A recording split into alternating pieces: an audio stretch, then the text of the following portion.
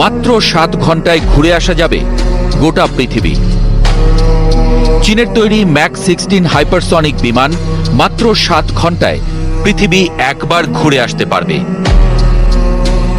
Beijing ভিত্তিক প্রতিষ্ঠান Lincoln তিয়ানশিং প্রতিষ্ঠানটি 2027 সালের মধ্যেই হাইপারসনিক বিমানটির প্রথম বাণিজ্যিক ফ্লাইট চালু করতে যাচ্ছে। ইউনশিং নামের প্রোটোটাইপ বিমানটি ঘন্টায় 3069 মাইল গতিতে সফলভাবে উড়তে পারে বলে এরই মধ্যে নিশ্চিত করেছে নির্মাণকারী প্রতিষ্ঠানটি। মজার বিষয় হল, প্রায় সব হাইপারসনিক প্রকল্পেই এই একটি প্রশ্ন বারবার উঠে আসে: আটলান্টিকের এক প্রান্ত থেকে আরেক প্রান্তে যেতে কত সময় লাগবে?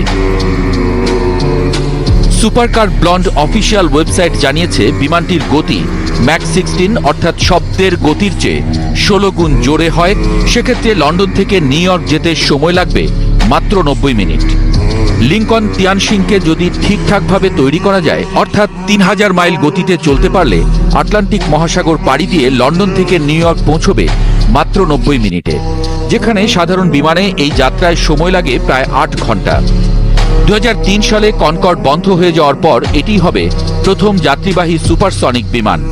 গত অক্টোবর মাসে ইয়ানশিংয়ের সফল উড্ডয়ন সম্পন্ন হয়েছে এবং নভেম্বর মাসে ইঞ্জিন টেস্টও সম্পন্ন করার পরিকল্পনা রয়েছে। একের পর এক উদ্ভাবন চলছে বিমান প্রযুক্তিতে। একসময়ের সুপারসনিক যাত্রার আইকন ছিল কনকর্ড।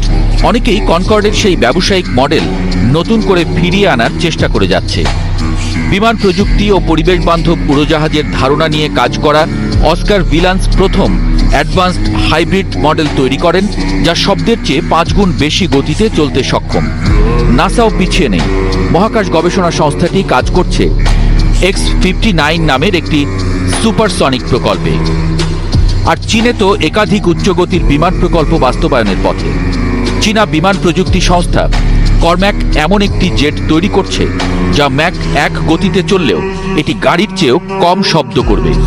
ভবিষ্যতের জন্য পরিবেশ বান্ধব ও নীরব বিমান চলাচলের নতুন দিগন্ত উন্মোচন করতে পারে এই জেটটি বলে মত বিশ্লেষকদের।